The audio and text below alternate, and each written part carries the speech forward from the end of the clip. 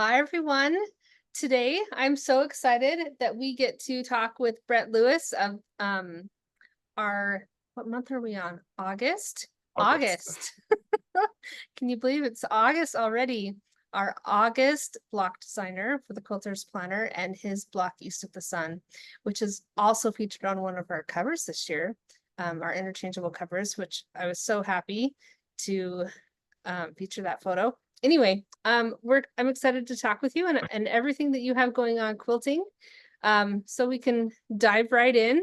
Why don't you first tell us a little bit about where you're at in the world and what you're busy doing and kind of how you got started. Yeah, sounds good, Lindsay. Yeah, thanks for having me on to talk about that.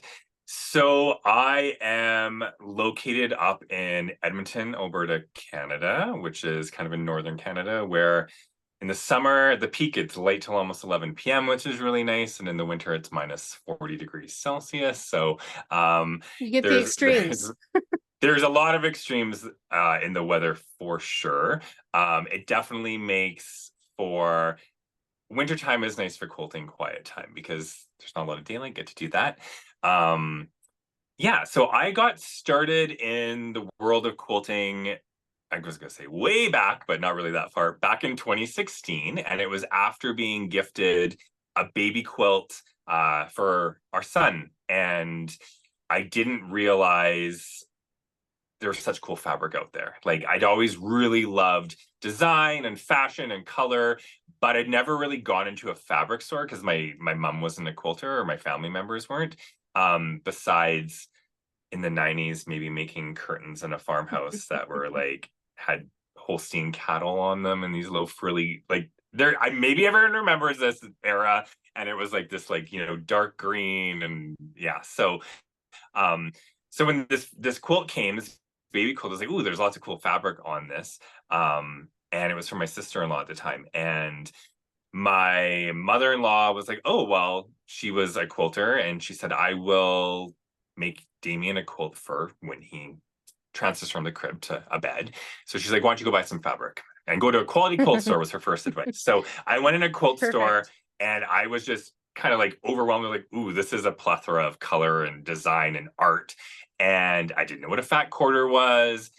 Everything in there was sold by the meter. So I didn't even know you could subcut, like it's per meter. I was like, I don't, so I think I bought 8 meters of fabric for like a twin size quilt.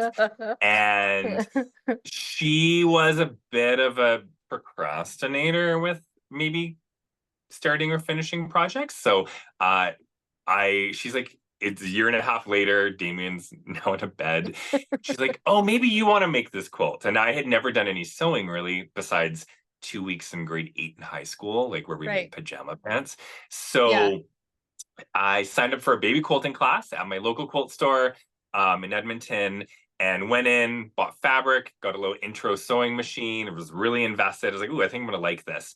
And not a single other person signed up for the class, which usually they would cancel the class. But I think the owner really saw how invested I was in this, and she gave me like 3 private lessons. And it was basically rotary cutting to piecing to quilt sandwich, quilting it on your domestic machine with a walking foot Wow. to hand binding technique, start to finish, how to make a quilt. Wow. That is such a So gift to it have was it someone was really really walk good. you through the whole process. Yeah. So I think it was an amazing investment of her time because I spent a lot of coin in that store while it was open. She's like, "Here's someone who I think will get into this," right? Right. Um, I quickly discovered in that first year of sewing and quilting that buying fabric is a completely different hobby than quilting. Collecting fabric. Yes. Yeah, yeah. And I think in that first year, Lindsay, I completed 8 or 10 quilts, like larger That's still a quilts. lot. Um, yeah, I Yeah. think it was. So just really dove in. I signed up for a lot more classes, like introduction to foundation paper piecing, English paper piecing, hand sewing, um, just You different tried all the blocks that were things. more. Yeah, Yeah. signed up for a What whole did bunch of you different. find yourself like really liking in that first year? Well, I remember what I really didn't like, which is really humorous because it's what I do now primarily is foundation paper piecing. I did this foundation paper piecing class, which was doing a classic New York beauty, but it had a Oh, really tight inner curve. I'd never sewn a curve before. And I was like, I am never doing this again. that's kind of a And big one to do as your first. yeah, so if you look at a lot of the patterns I design when I do some of my original patterns to go with my fabric collections, it's usually half of them are foundation paper piecing with tons of curves. So, but I took a lot of stuff that I learned in that class and modified. Okay, if I'm designing a pattern, I want to make this easier so someone's going to enjoy it more. So I did learn as which is funny to say, 2016 to now when I'm doing Yeah, that, but kind of switch that so it's like, okay, I don't want someone to have that same first experience and not like foundation paper piecing. And I often do teach a lot of foundation paper piecing classes. So it was just one of the biggest things that I really enjoyed in that first year was just kind of getting part of the community and meeting local people. And I made friends from taking classes, which was really fun, right? To find other yeah. people with similar interests and kind of or that had my aesthetic and fabric and became friends and so it was really good in the first couple of years there. Like I joined my local quilt guild, went to local quilt shows and stuff, and then it really wasn't too far after that of really getting that quilting bug, that Totally, you got the bug. 2016. Yeah, and then in 20 the fall of 28 or end of summer, August, actually almost to the day, so August of 2018 was on a quilting cruise. Like I really got the bug if I'm on a quilting cruise to Right? Alaska. That's So yeah, intense. Yeah. yeah. So went on a quilting cruise with my friend, and it was while I was on that cruise that I got an email from Northcott Fabric saying, we've been following you on social media. We really like what you do with color and fabric choice and design elements and your photography taste. Um, would you be interested in becoming a fabric designer? It's pretty Um, amazing for them to reach out to people, isn't it? Like, isn't it normally like you want I to be think it one and then you try to find a company to work maybe, with? like maybe it I definitely guess I don't felt, know, but I mean, it felt very serendipitous that I was on a quilting cruise doing something I loved. Like, what do I want to do in this industry? Right now, it's a hobby. Because I do work full time. Like, I have a full time job, and I'm dad, so I'm very busy. And then I'm like, oh, I really like this. I knew I'd gone to Quilt Market like with some local businesses and kind of dipped my toes and like, what? Ooh, if I want to make this kind of businessy, what do I want to do? Right? yeah, Becoming a fabric designer was never something that was really on the gamut. I always thought maybe pattern design because I do like that aspect. Um, and I kind of felt like this was an opportunity I couldn't say no to. Um, yeah, and I remember them saying, you don't need to be a classically trained artist, which I'm not. If you have, there's so much you can do on computers nowadays with right, programs. You can digitize and paint a photograph to make it look like a right. design. I can do a rough sketch or meet with, like, I work really closely with a design director, and they have artists on hand that, here's what I want. I kind of mock up some designs, do a lot of Zoom or Skype meetings, and then we come up with the base design. And that's kind of how it started. So that was the Yeah.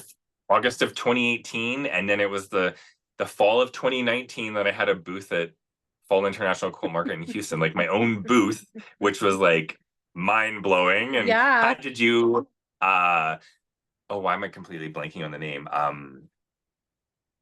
Like a showcase, like basically, like why they call it something specific, but like Yeah. when you're in the room and like people are coming in and you're like showing your quilts and your fabric design, and it was all a Is that you had a very, schoolhouse class or something? thank you. Yeah. I couldn't remember the name. Yeah, It's there okay. was a I've been yeah. twice and yeah, it's pretty intense, but So I'm I had so to put on glad a that you had a booth. schoolhouse. That's so great. Yeah, and I put on a schoolhouse, and here there's industry people that have been here, some people 10, 20, 30, 50 years. And I'm just like, do I've been doing this for 2 years Hello, and I'm I'm doing a new. schoolhouse.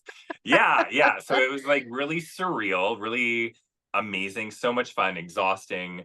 So I launched my first fabric collection, Stag and Thistle, and then had all these cool, exciting things happening for the next year of it release. And then what happened in 2020, the pandemic. So it was like a Uh, little blip in all these fun things that were going to happen. But I mean, stuff just got delayed a bit, and fabric still came out eventually. And one kind of positive thing that I saw that came out of all of that was how so many people or businesses pivoted to online, Yeah.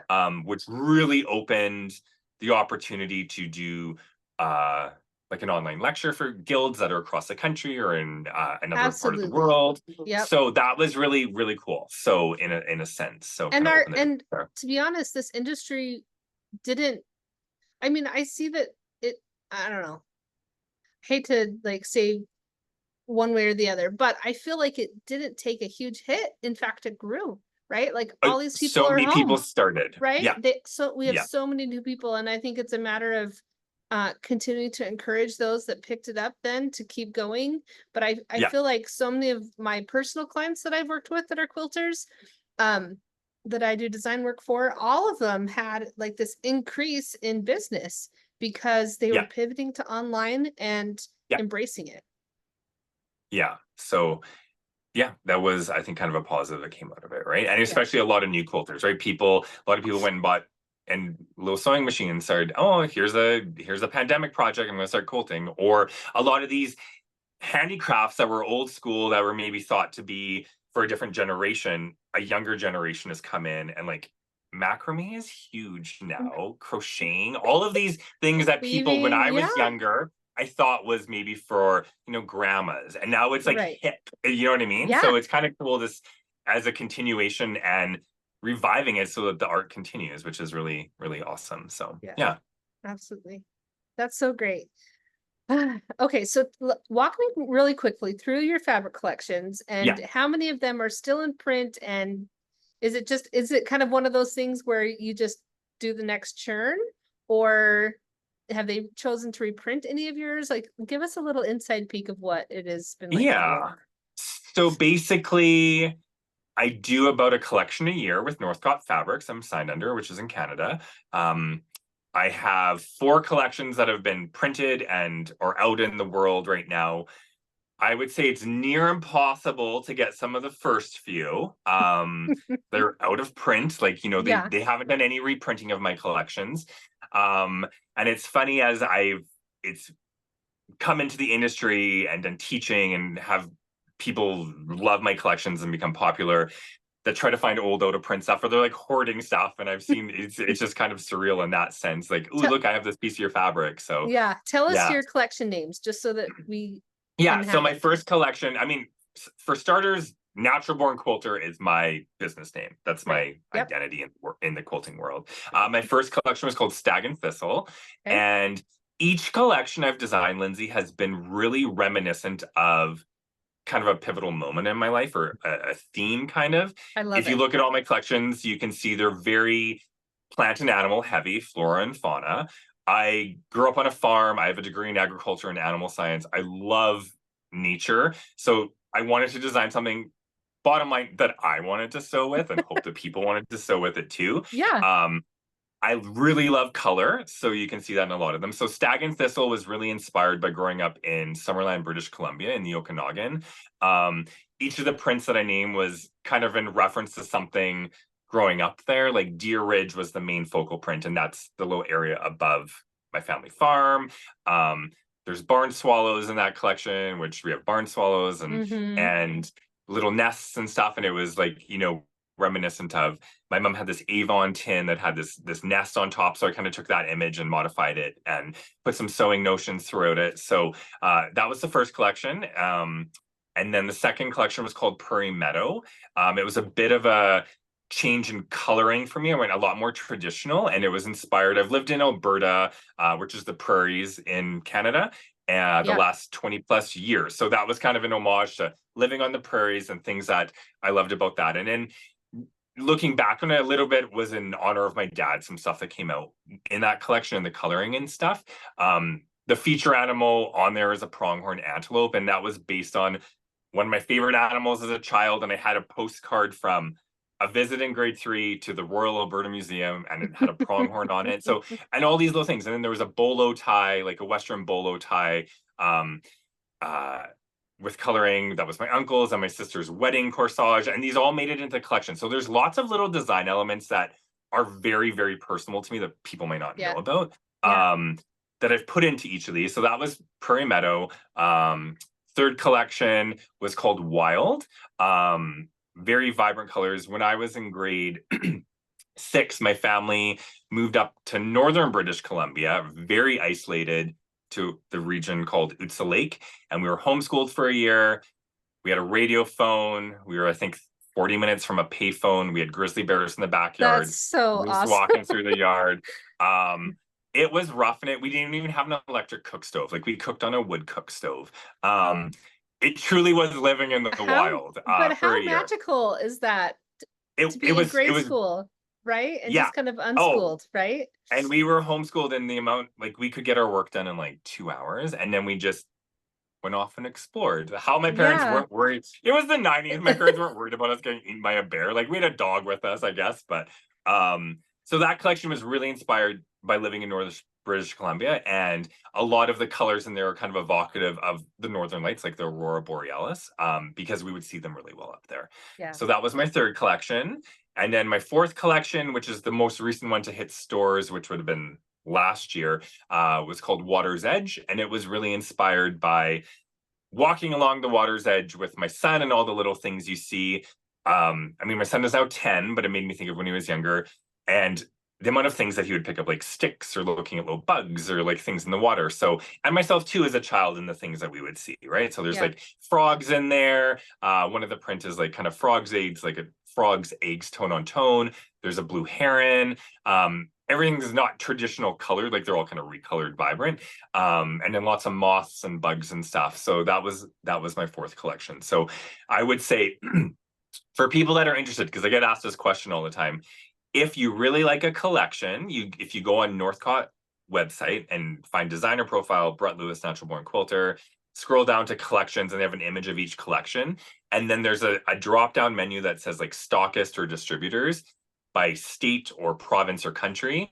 It will show what quilt shops brought in what fabrics. And some Oh, of these are kind of wow. isolated in smaller Yeah. towns. And people have let me know after, like, hey, I actually successfully went to this store in Saskatchewan and they had your first collection still, and I bought it all. I'm like, oh, Wow. awesome. That So is that is so kind of great. my Yeah. workaround for people if they're like, ooh, I loved Stag and Thistle, because it's pretty much near impossible to buy. Sometimes I do see it online on like an Etsy shop or something. Yeah. Um, but that's kind of like a little workaround is what I would That's really suggest if helpful. someone's That's so interested. great. Yeah, Yeah. yeah, Especially if, I love hearing your stories of each of these collections. And if any of those like really resonate with people and they want to go look at that collection more yeah, in depth, they can know where to go, even shop online with those people yeah, and in 100%. order. Yeah, So yeah. yay, that's exciting. Okay, so now tell us about the one you're working on Yeah, so my newest collection is called Ornithology, and it comes out in to quilt stores, supposed to be shipping January 2025.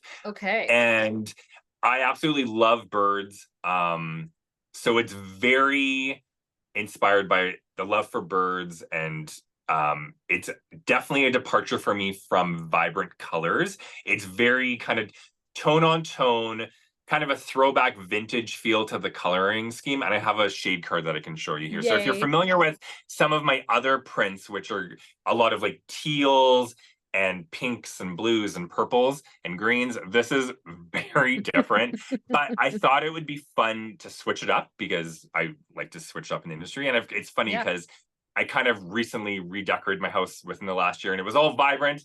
And now I've gone really monochromatic, like tone on tone. And I'm Millennial like, oh, gray. now I need some different quilts to accent this. So yeah, so the feature print is this one, and I'll hold it up. Oh, it's beautiful. Oh, Yeah. and So it's are those feature. quail? Well, they're pheasants, so Pheasants. Chinese Okay. ringneck pheasants. Yeah, and there's also some Oh, barn swallows and like a chickadee and some other birds in there, and that's inspired by. So the kind of behind this collection is my love for birds, but B, when I was, I think, grade 2 or 3, there was an odd and unusual auction nearby town, and my dad took us all there, and he let me buy a pheasant at this auction, because you can buy animals and you can buy whatever. And we lived on a farm, right? So we bought this pheasant. I remember bringing it home in the station wagon. He also let us buy 2 orphan lambs that were on our lap on the drive home. oh, Like, and we put the pheasant in with the chickens. It stayed in there for maybe 2 days, and it got out. And it was a beautiful male pheasant. And since then, we've always had pheasants on our property. So it's very kind of reminiscent of my dad, who's since passed.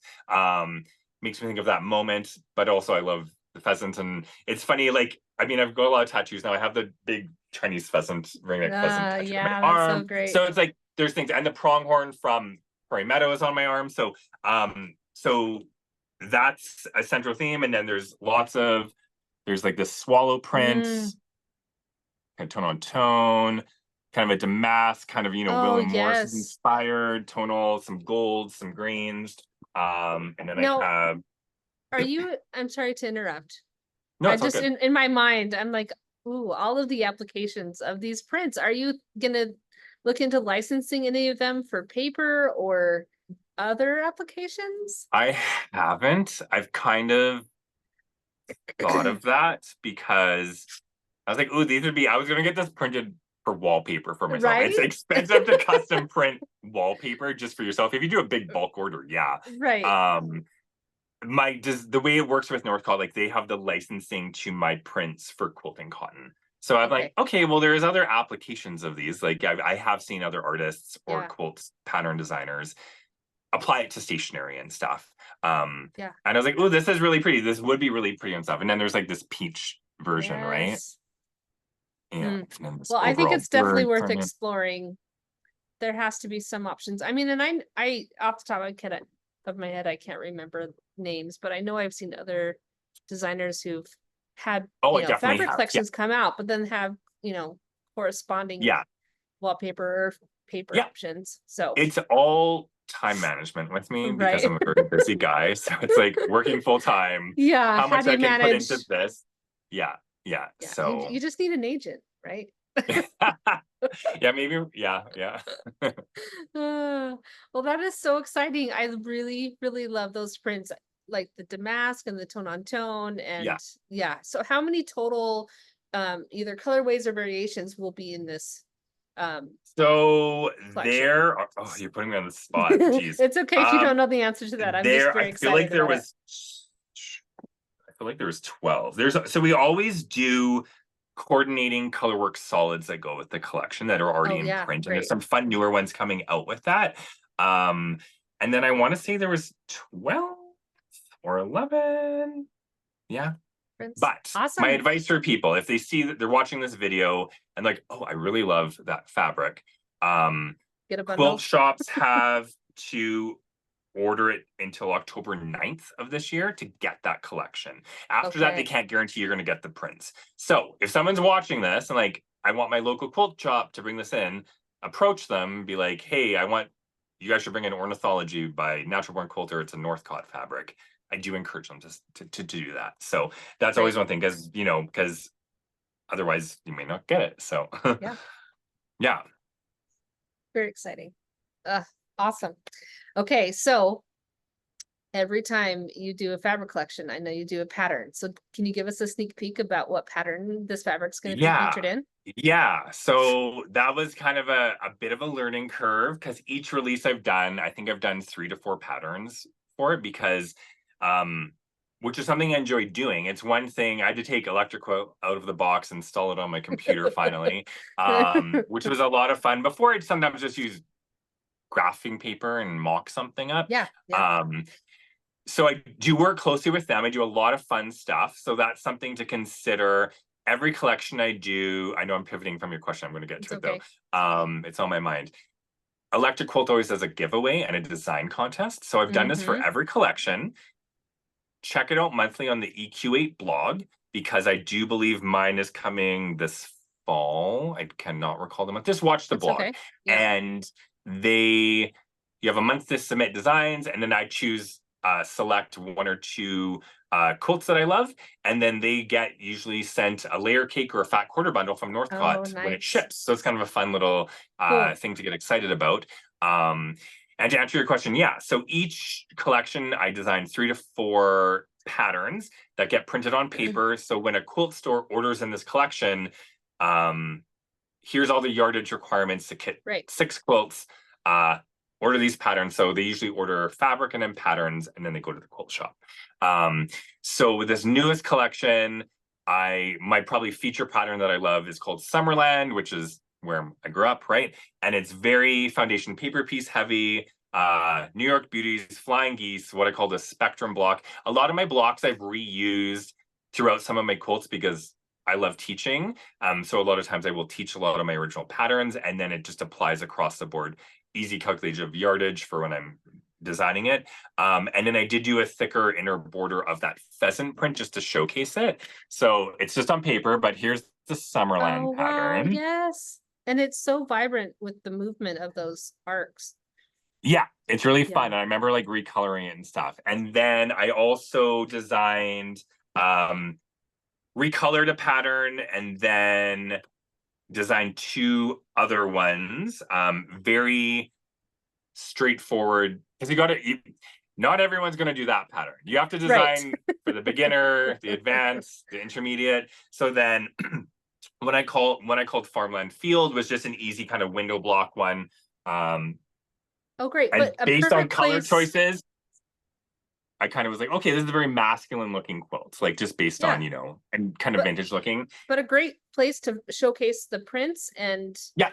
fussy And it cut some comes of together that. fast. Yeah. Yeah. And it's just traditional piecing. And then another one I call, actually my son designed this pattern, who I is love 10. So that. he was 9 at the time. I was like, do you want to help me do one? He's like, well, can I just do it myself? I was like, okay. So if a 9-year-old can play around an electric quilt, with blocks. So he designed this. I said, yep, let's just do it. So, That's great. and it was this like very Wow. traditional, not traditional, sorry, more modern, but using prints in it and some solids. That So, is very um, cool.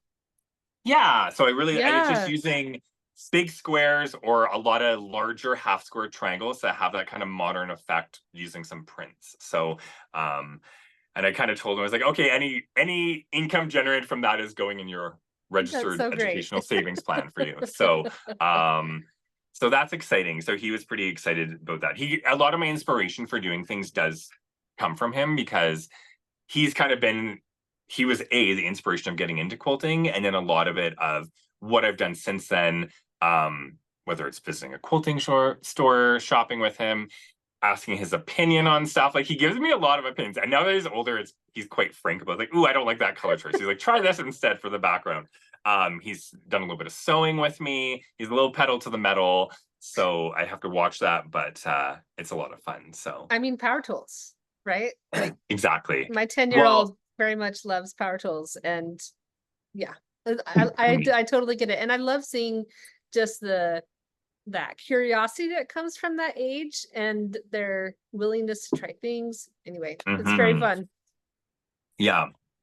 So that's kind of the new upcoming biggest thing that's going on is working on finalizing those patterns, the deadlines with each fabric collection as well, Lindsay. The last 4 at least, or 3, not the very first one. I've done what's called an artist palette thread collection, and that's through Yeah, Wonderful Specialty Threads, which is out of Calgary, Alberta, which is literally great. 2.5 hours Yeah, from me. I release those, I distribute them. So I get very those done cool. up. Usually it's a small run. They coordinate with the fabric, and then I usually do throw them up on my website, but often when I'm teaching or doing an event, I bring them for my pop-up shop, and they're really popular. So I have 2 of some of the other ones. They look really pretty, Yeah, yeah. prairie meadow colors, Some wild variegated colors. thread colors, some Yeah, art solids. source some Yeah, variegated, throw them in there. So I will be working again as my plan to do one with Ornithology. It'll be nice. It'll be a whole bunch of nice neutrals and stuff. So that'll be an exciting thing as well. yeah. And fabric shops will have the choice to order those directly from you. No, no, that's just a me thing. So if they want to, I have had the odd local one do that, but I don't usually order in a massive Big amount. amount and Yeah, distribute because it's just challenging. So I usually just yeah. sell them directly. So yeah. So people just need to follow you, Yeah, and then they'll be able to get it. Great. Well, and exactly. Yeah. as you're sharing these two, I will make sure that I share them on our socials so that people can also learn about it. So Yeah, sweet. yeah, awesome.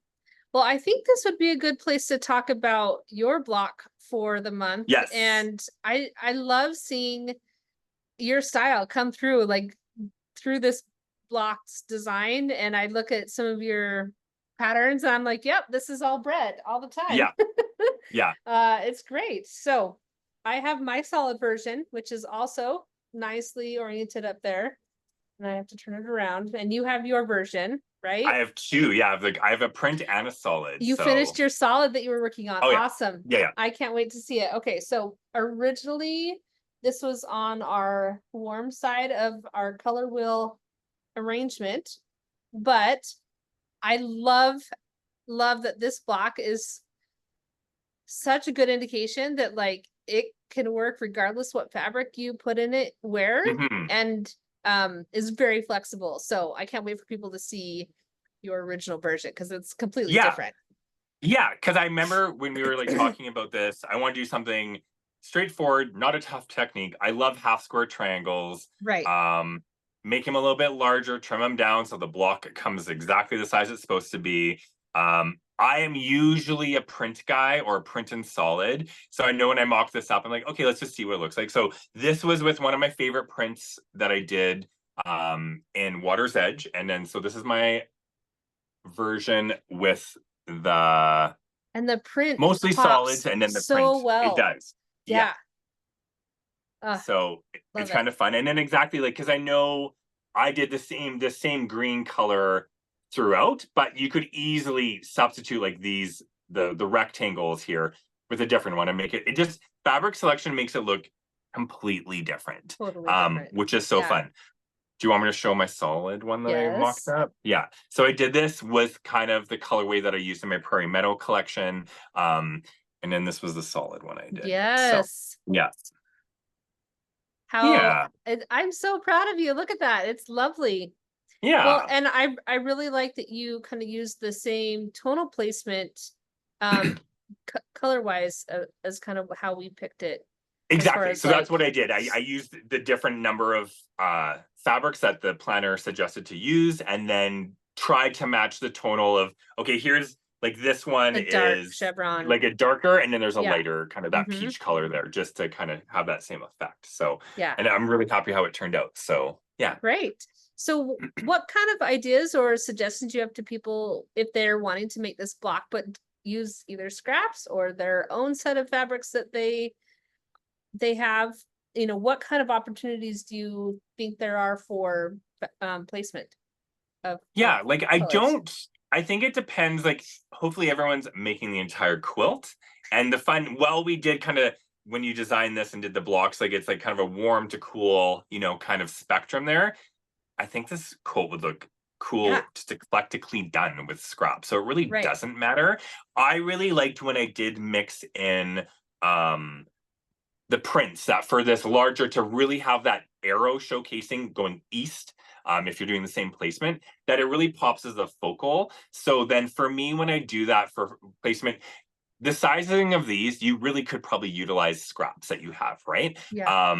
And to do that with a vibrant favorite print you may have, something that's larger, like a larger scale print, may get kind of lost because you are cutting smaller Right. squares or half Mhm. square triangles. So a print that is maybe a little bit more medium to smaller size, a favorite print, and then choosing some contrasting colors like I did in here, focusing this like this color was called After Midnight, this really dark blue. It's one of my favorites, like darker than a navy. It's almost black. Yeah. And then this vibrant green, which pulls from these two colors, just really makes that zing and pop out. Yeah. It's kind of a suggestion. Yeah. And then just playing, there is a small portion that you could do coloring, like in your quilter's planner to sketch Right. that out.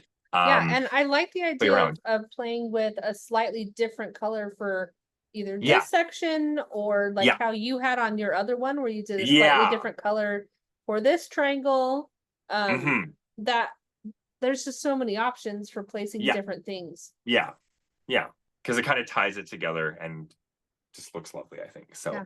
yeah, I think there's lots of opportunity there just to make it your own and your favorite color choices and go from there. Yeah. So And just like I say, I feel like these designs are so strong every month. Like, can you imagine a whole quilt just with this block? So many well, fun I things thought of put that too. I together. was like, I could Oh, just did you? do 12 of these or 6 and make a baby quilt. And if you Yeah. literally based on placement, made it look like you could make a frame with this and then have a feature square, like just a square of your favorite print in the middle. Mm-hmm. Make like a patchwork quilt of, you could do that with all these blocks because they're all the same. Yeah. They're 12 and a half unfinished, right? Or Yes. Yep. Yep. yes. So 12 finished. if you, even if you want to make a quilt similar larger, or take your favorite 4 blocks out of here, if you don't want to commit to making this whole version of the quilt, or a couple of your favorite, or in future uses, Mm-hmm. I do find this in patterns sometime. Okay, I need a baby.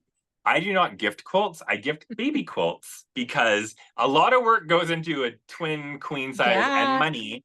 So I always make a baby quilt for people. And this is a great opportunity that you're like, oh, I really like making this East of the Sun block or one of these other blocks in the pattern.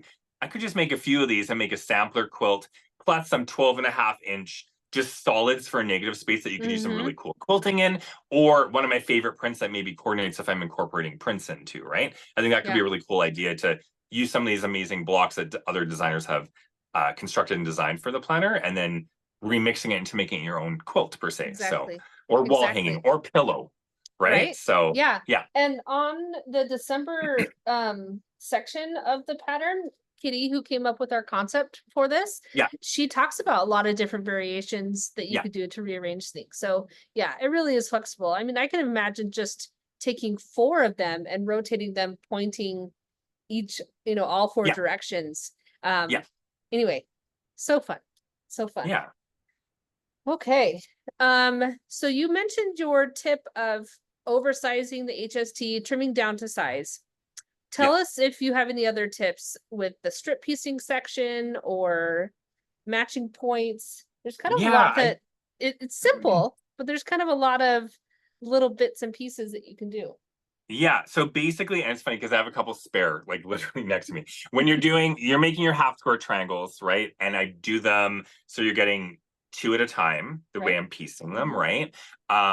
So when I do that line, I'm always like, you draw a diagonal line as a kind of instructions. And instead of sewing right on those lines, make it scant, make it, not quite a quarter inch. So when you press it open, and don't press it like iron it and skew the fabrics, I like to give it a good starch, because you're on the bias a bit. You don't want this to move around. But when you do that, and then you have to trim down, oh my gosh, I'm putting me on the spot, maybe to 4.5 No, or 4-inch squares, like whatever the I'm pattern looking says. back at to it. Yeah, 4-inch square I think it says we need, yeah, they'll down to three become and a half. 4 inch. Yes, they'll be down to 3.5. So if you have the most amazing, accurate, 100% piecing, when you do half square triangles 2 at a time, they should be that size. However, Right. that doesn't always work out. So that's why I say do a scant. And then when I trim them down, I'm literally trimming an eighth or a 16th off. However, then they're all 4 inches, or three and a Right. half, sorry, when I trim Yeah. them down. And then I'm just using a ruler that has a nice diagonal line. So I'm putting that on my diagonal piece here, and then trimming this side, and then rotating my ruler or my block Then it's all so square. that they're Yep. perfect. Exactly. Simple concept, but if someone's newer, maybe they don't get that. Right.